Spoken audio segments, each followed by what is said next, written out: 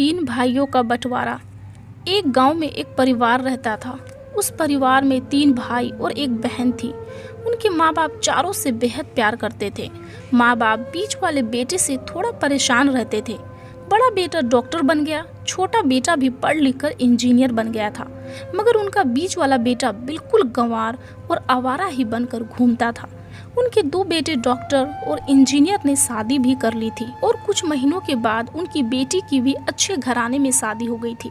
मगर बीच वाला बेटा अभी भी कुंवारा ही था, क्योंकि वह बिल्कुल अनपढ़ सा था और कहीं पर मजदूरी का छोटा सा काम करता था।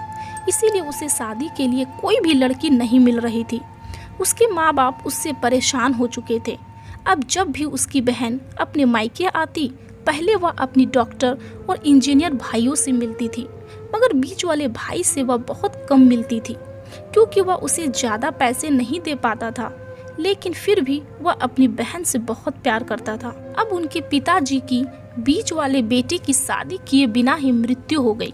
उनकी माँ ने सोचा अब किसी के मुंह से बंटवारे की बात ना निकले, इसीलिए अपने ही गांव के एक सीधी सादी लड़की से अपने गंवार लड़के की शादी करवा दी।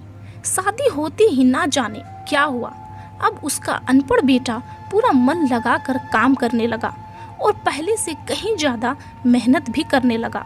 अब तो उसे कोई भी दोस्त बुलाने आता तो उसे यही कहता कि भाई, पहले तो मैं जैसे तैसे अकेला कमा कर खा लेता था, मगर अब मेरी शादी हो गई है और मुझे अपनी पत्नी के लिए भी कमाना पड़ता है, और कल को आने के लिए जो मेरे बच्चे होंगे उसके लिए भी तो कुछ सोचना पड़ेगा। वह अपनी बीवी और बच्चों का काफ़ी चिंता करते हुए कहता है और उसे जाने के लिए मना करता है और कहता है, इसीलिए अब मैं तेरे साथ नहीं घूम सकता दोस्त, अब मैं अपनी जिंदगी इधर उधर गवा नहीं सकता। यह कहकर गंवार लड़का सीधा अपने काम पर निकल जाता है। अब उसके दोनों भाई डॉक्टर और इंजीनियर आपस में यह बात करते हैं कि हम दोनों तो उस गंवार से कहीं ज़्यादा पैसे कमाते हैं, इसीलिए हम सब घर और ज़मीन का बंटवारा कर लेते हैं और उस गंवार से अलग हो जाते हैं, क्योंकि अब वह हमारे बराबर कभी नहीं कमा सकता। इसीलिए उन दोनों भाइयों ने अपनी माँ के लाख मना करने के बाद भी बंटवारे की तारीख तय कर दी और उन्होंने अपनी बहन को भी बुलवा लिया और अपने गंवार भाई से भी कह दिया, आज तुम अपने काम पर मत जाना, क्योंकि हम सब आज घर और ज़मीन का बंटवारा करेंगे। उसी वक्त उसकी बहन भी आ जाती है।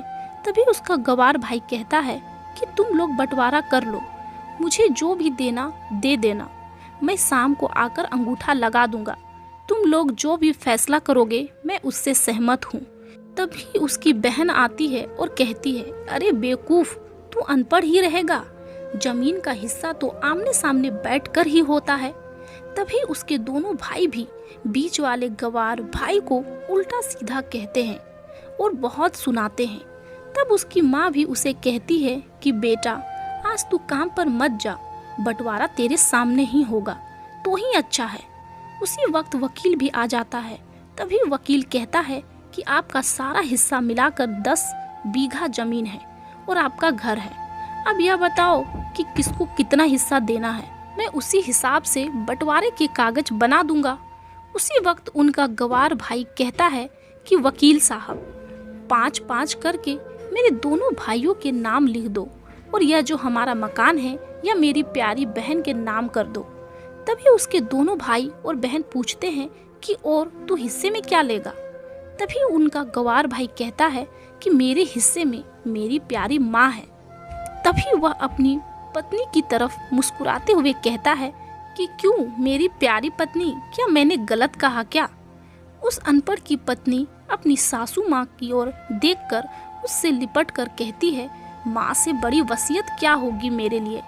और उसी वक्त उसका गंवार पति भी अपनी माँ से लिपट जाता है और दोनों बहुत भावुक हो जाते हैं।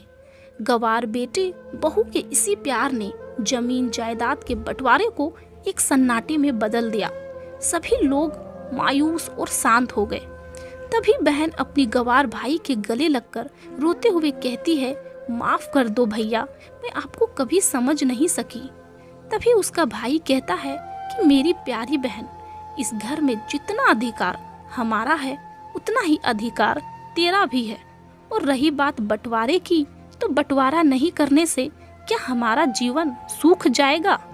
क्यों करते हैं हम बंटवारा? क्या हम एक साथ मिलकर नहीं रह सकते, जैसे हम बचपन में रहा करते थे मिलजुल कर? एक साथ मिलकर रहने को ही तो कहते हैं एक अच्छा परिवार और संयुक्त परिवार। और उस अच्छे परिवार को संभालती है एक माँ।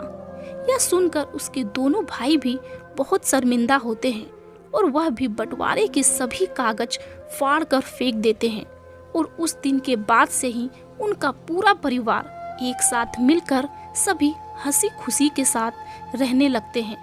दोस्तों, मेरी एक बात हमेशा याद रखिए, जिस घर में बंटवारा हो जाता है उस घर में बहन को आने के लिए भी 10 बार सोचना पड़ता है, क्योंकि उसे यही लगता है कि उसे बारी बारी से खिलाया जाएगा। उसी तरह माँ भी अपने ही घर में पराया हो जाती है। दुनिया में हर चीज़ का बंटवारा तो हो ही गया है, कम से कम अपने रिश्तों को ना करें। यह कहानी अगर आपके दिल को छू गई होगी तो इस वीडियो को लाइक, सब्सक्राइब और ज़्यादा से ज़्यादा शेयर जरूर करेंगे। यहाँ तक देखने के लिए आपका बहुत